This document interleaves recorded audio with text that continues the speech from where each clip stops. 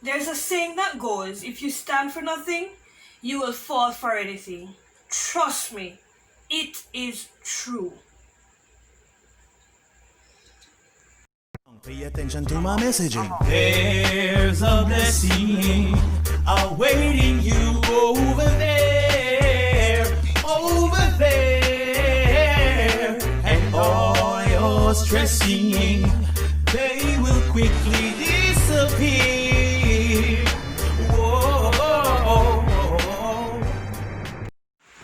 Since having children, I always try to find online jobs so I will be able to be at home with my children, do the whole pick up from school thing and all the good stuff while still earning an income. Now, it was a particular year when I was in one of those positions where I needed a job, and a friend of mine was already with a company working online. They needed more persons to join, so she told me about it and I got in through the interview. Now, during the interview, I was really questioning the professionalism of this company based on the boss who did the interview. We did the interview via Skype and his name was very of a sexual tone, right? Anyways, my friend was already with the company and she didn't have any complaints about them, so why not? So my job role was a chat operator, right? So when you buy stuff online and you have questions and stuff like that on item, or you purchase something and you want to query about your package. So that was my role.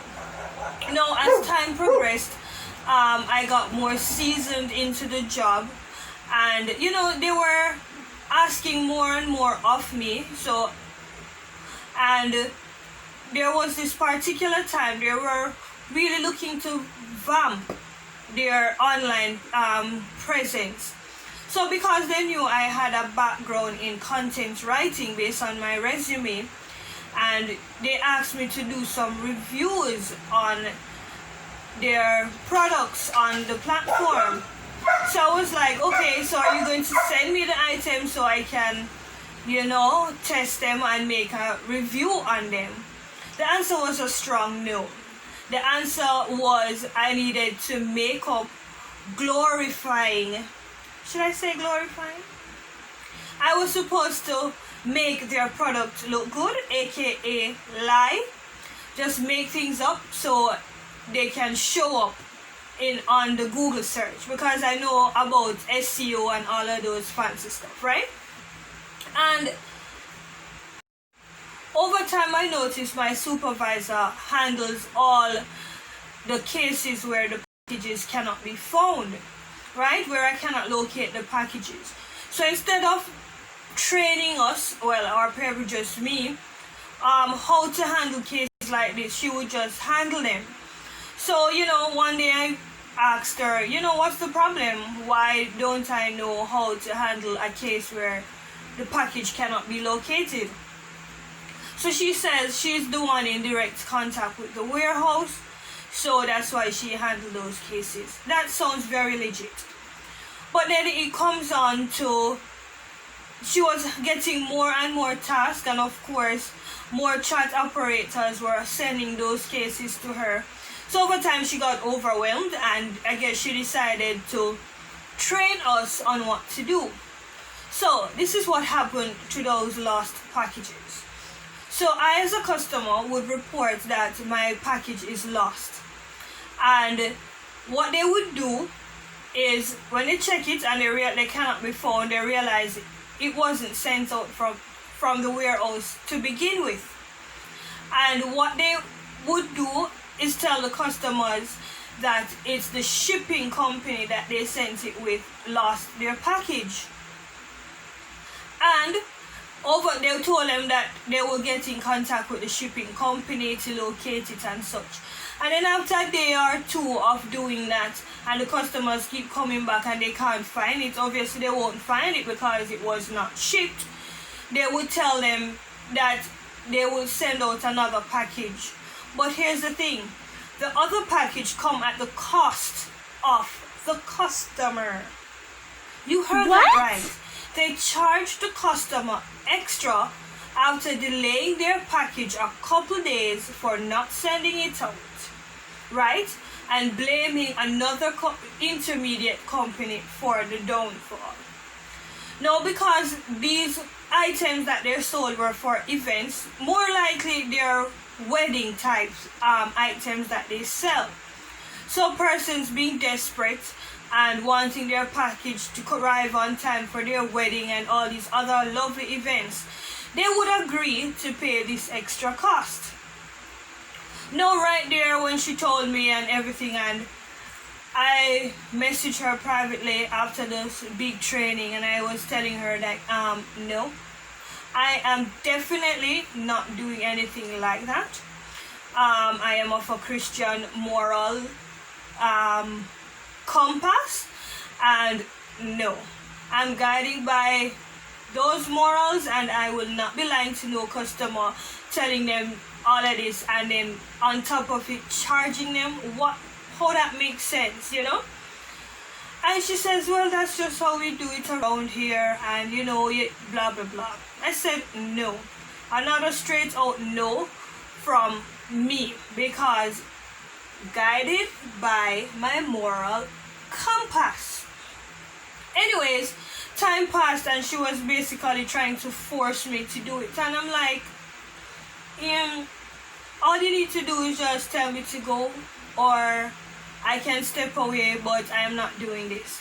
So in the meantime, what I was doing was, when those cases come online, I would just ignore them, handle the other person, the other chats, because you could talk to about 5 people at the same time, and I would just ignore those persons. And then when they get frustrated and come off and come back, they probably will be reassigned to another chat operator who will be willing to do whatever. But over time, that feeling it started eating me up on the inside, because I felt bad. I felt like I was still contributing to the lies and the deceit of these customers, because I still pass on to others who will charge them these extra fees. And so I decided that I was going to step away from the job. So yes, I told them I am no longer comfortable, and this was about after a year of working with them.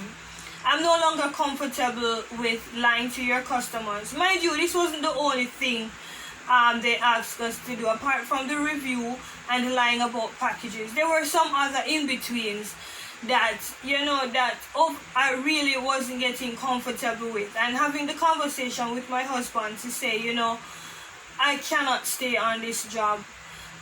If God should come while I'm at work in this chat situation, I might go straight to hell, because I feel like I'm lying every day. I just get up and my job is to lie. So that was that. So, and I left the job and I walked away, and my friend was saying, oh, yeah, idiot. And I was really disappointed by her comments, because we're of the same faith, and explaining to her what I feel about it. But her viewpoint was the money. She was more concerned about getting the paycheck. She understand. She said she felt bad about it too, but she has to eat.